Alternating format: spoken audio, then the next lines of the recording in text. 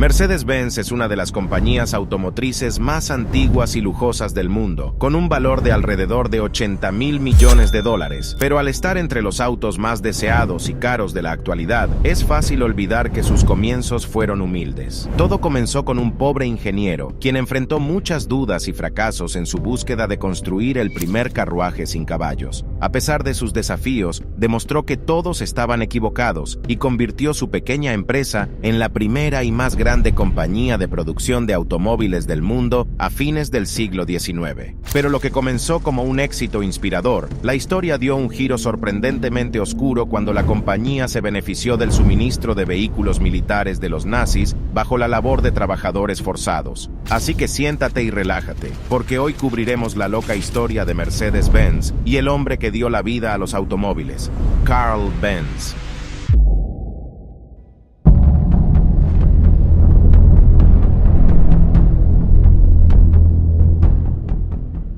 Carl Benz nació en 1844 en la ciudad alemana de Mühlberg, en un hogar de clase baja. Su padre era un conductor de locomotoras que apenas lograba mantener a su familia lo suficiente para sobrevivir. Sin embargo, cuando Carl cumplió 2 años, su padre falleció. Él y su madre se encontraban en una situación financiera desesperada. No hace falta decir que la infancia de Carl no fue fácil, pero a pesar de vivir en la pobreza y acostarse con el estómago vacío, su madre hizo todo lo posible para asegurarse de que su hijo tuviera una buena educación. Carl pudo asistir a la escuela y mostró signos de brillantez a una edad muy temprana, especialmente en química y mecánica. Cuando cumplió 15 años, Carl decidió seguir los pasos de su padre y aprobó el examen de ingreso para ingeniería mecánica en la Universidad de Karlsruhe, donde conoció a un maestro que eventualmente jugaría un papel importante en su vida, Ferdinand Redenbacher. Redenbacher es considerado como una figura principal que transformó a la ingeniería mecánica de una profesión basada en un taller a una ciencia técnica en Alemania, y era un gran creyente de que las máquinas de vapor que se usaban principalmente para ferrocarriles y barcos en ese momento se estaban convirtiendo rápidamente en cosa del pasado. Bajo su enseñanza, el interés de Carl en los carruajes sin caballos realmente comenzó a despegar, y siendo él mismo un ciclista habitual, comenzó a jugar con su bicicleta experimentando con las posibles formas en que podría crear un vehículo motorizado. Para entonces, muchos ingenieros e inventores ya habían intentado crear el primer automóvil, y aunque algunos de ellos lograron construir vehículos autopropulsados, estos primeros inventos no eran completamente prácticos. Carl notó que la mayoría de estos vehículos estaban construidos con máquinas de vapor, e influenciado por su profesor Redenbacher, se dio cuenta de la necesidad de un concepto totalmente diferente. Mientras mucha gente se reía de su visión, él siempre creyó que era posible. Solo necesitaba más tiempo para demostrarlo. Por lo tanto, después de graduarse de Karlsruhe a los 19 años, Benz pasó los siguientes 7 años laborando en varios trabajos de ingeniería y construcción, y mientras luchaba por encajar bien en cualquiera de ellos, aprovechó todo lo que aprendió para poner en marcha su propia empresa en 1871. A los 27 años, se asoció con un mecánico llamado August Ritter, y juntos comenzaron a operar una fundición de hierro y un taller mecánico en Mannheim. Al mismo tiempo, Benz siguió trabajando paralelamente experimentando con un carruaje motorizado, por lo que tener un socio que ayudara a administrar el negocio parecía muy esencial. Desafortunadamente, su socio comercial resultó ser poco confiable, y después de que las autoridades locales incautaran sus herramientas, la compañía luchó inmensamente durante su primer año. Afortunadamente, Carl también había conocido a una mujer para entonces, Bertha Ringer, quien se convertiría en su esposa unos años después. Nacida en una familia adinerada, Bertha era una mujer de fuertes valores y no podía soportar ver que los esfuerzos de su prometido fueran desperdiciados por su socio comercial, por lo que decidió usar su propia dote para comprar la totalidad de las acciones de Ritter en la compañía, lo que la colocó a ella y a Carl en un control total del negocio. Juntos fueron capaces de cambiar la situación y mantuvieron el negocio a flote durante los siguientes 10 años. A pesar de todas las luchas, fue durante este periodo cuando Carl pudo mostrar su verdadero genio e hizo importantes desarrollos y avances a partir de sus experimentos paralelos, sobre todo para un motor de gasolina de 2 tiempos en 1879. Para obtener más ingresos, también comenzó a patentar sus inventos, como su sistema de regulación de velocidad del motor, encendido a través de un sistema de batería, bujía, carburador, embrague, cambio de marchas y un radiador de agua. Con estos diseños, Carl no solo se acercaba a su sueño de crear un carruaje sin caballos, sino que también le permitió agregar más productos que podía vender desde su negocio. Sin embargo, el negocio no iba tan bien como esperaba. Como verás, los costos de producción de la empresa de Carl habían aumentado tanto que los bancos exigieron que se incorporara. Esto lo obligó a asociarse con otros inversores y finalmente convertir su negocio en una sociedad anónima en 1882. Al final, Carl se quedó con solo el 5% de las acciones y por lo tanto su posición en la empresa fue degradada. Para empeorar las cosas, sus ideas ya no se tenían en cuenta a la hora que la empresa diseñaba nuevos productos. De hecho, ya no tenía nada que decir en la empresa. Frustrado y dolido con este arreglo, Carl empacó sus cosas y dejó la corporación al año siguiente.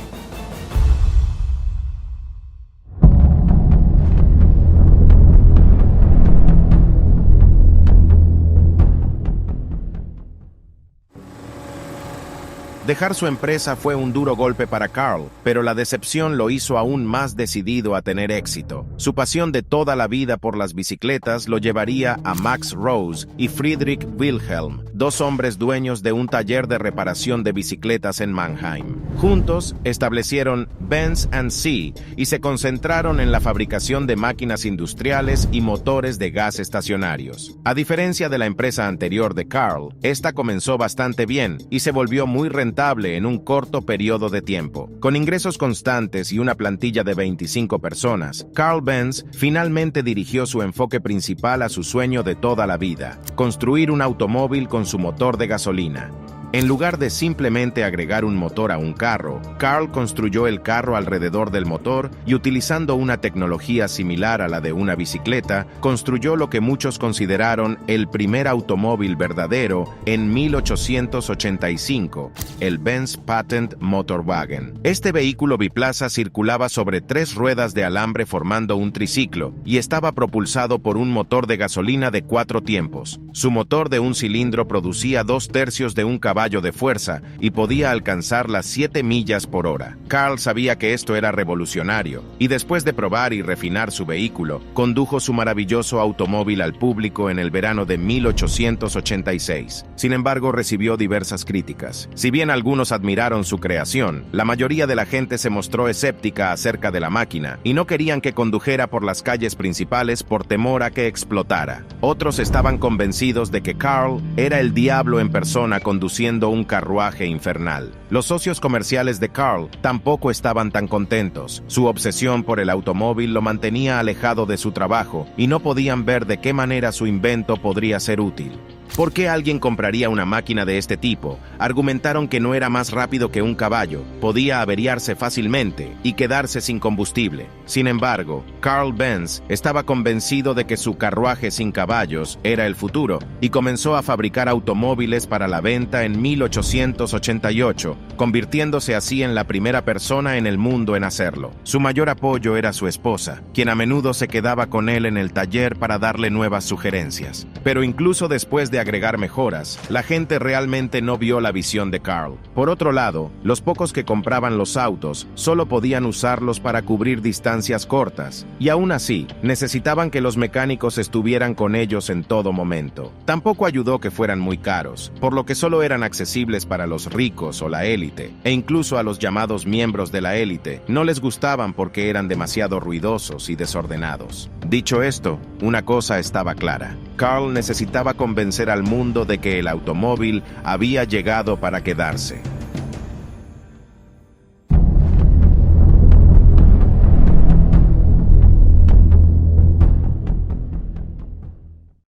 Una mañana del verano de 1888, Bertha Benz se levantó muy temprano mientras Carl aún estaba en la cama y se subió al auto de su esposo para emprender uno de los viajes más importantes en la historia del automóvil. Ella trajo a sus 2 hijos y se dispuso a visitar a su madre en Pforzheim, que estaba sumamente lejos, a 66 millas de Mannheim.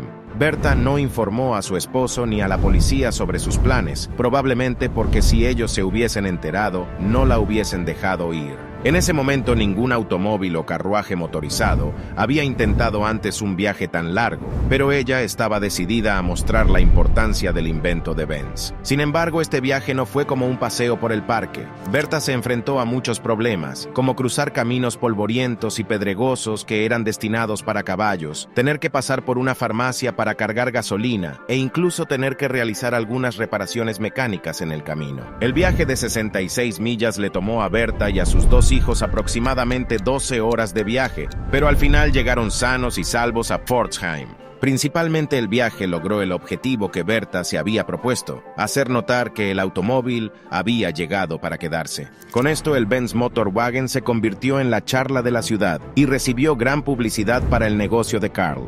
Muy pronto, Benz & Cie comenzó a expandirse rápidamente, tanto que en 1890 se convirtió en el segundo fabricante de motores más grande de Alemania, aunque no por la venta de automóviles, sino por sus motores de gasolina estacionarios.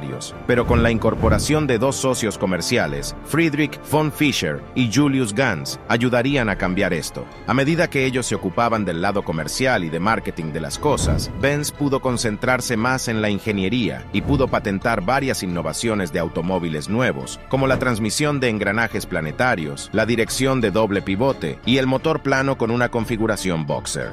También diseñó y fabricó un automóvil nuevo y mejorado por recomendación de sus socios comerciales que salió a la venta en 1893. Lo llamó el Benz Victoria. Este era un vehículo de 2 pasajeros más lujoso que venía con un motor de 3 caballos de fuerza, capaz de alcanzar las 11 millas por hora. Gracias a su confiabilidad, este vehículo se vendió bastante bien. Sin embargo, fue su diseño posterior, el Benz Velo más económico, el que realmente despegó. Con una producción total de aproximadamente 1.200 unidades, el Benz Velo se convirtió en el primer automóvil de producción a gran escala del mundo en la historia, lo que convirtió a Benz & Cie en la compañía automotriz más grande del mundo durante la década de 1890 y principios del siglo XX. Sin embargo, aunque la empresa Benz disfrutaba de mucho éxito, también sentía mucha presión por parte de otra empresa que estaba situada no muy lejos, Daimler Motoren Gesellschaft.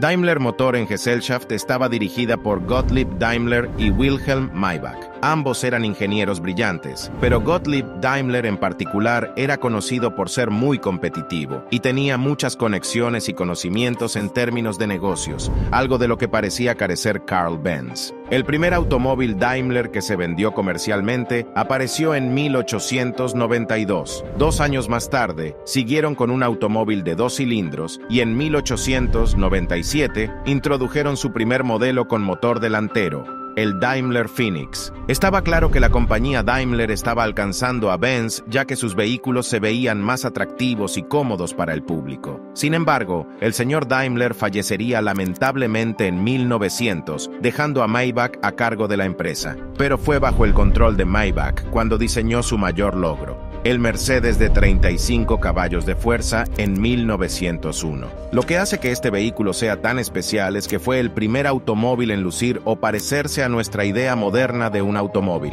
Estaba equipado con un potente motor de gasolina, la carrocería era más ancha y más grande con un chasis de acero a medida y su masa central estaba cerca del suelo.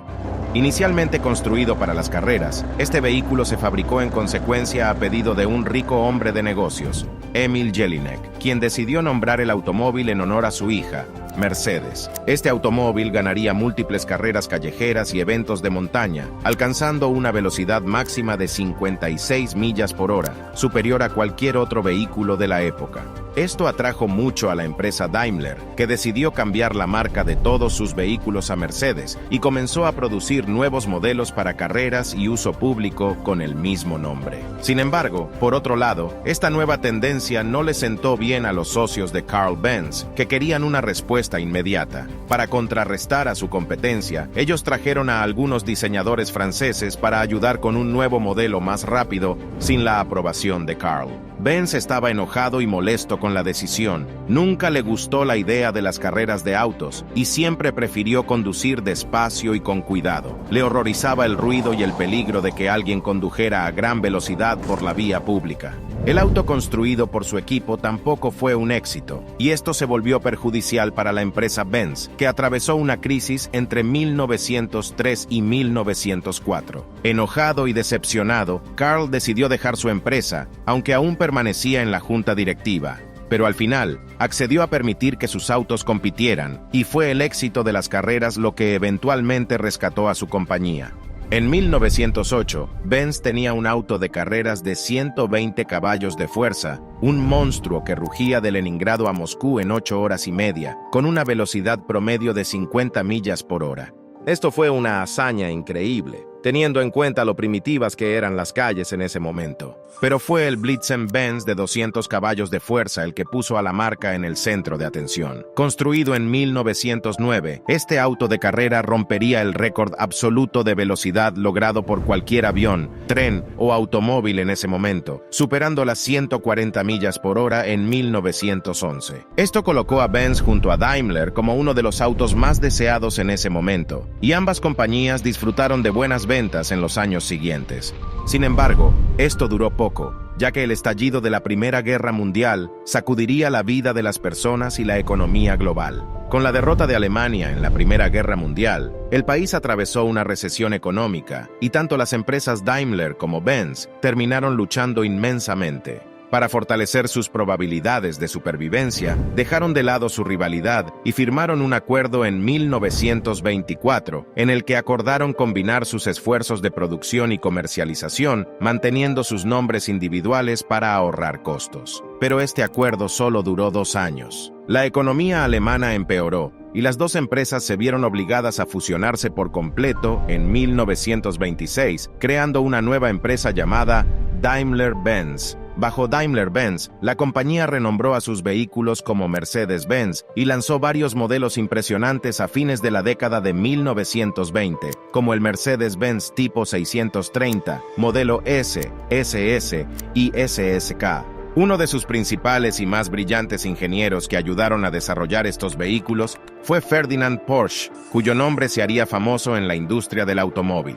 En cuanto a Carl, permaneció en la junta directiva de Daimler-Benz y pudo ver el éxito de sus automóviles y quedó maravillado y satisfecho con lo lejos que había llegado la industria. Lamentablemente, falleció poco después de la fusión de la compañía, en abril de 1929, a la edad de 84 años. Después de su muerte, la compañía continuó creciendo en tamaño y fuerza, convirtiéndose en uno de los mejores fabricantes de automóviles del mundo. Sin embargo, disfrutó de algunos de sus mejores años bajo un protagonista poco probable, Adolf Hitler.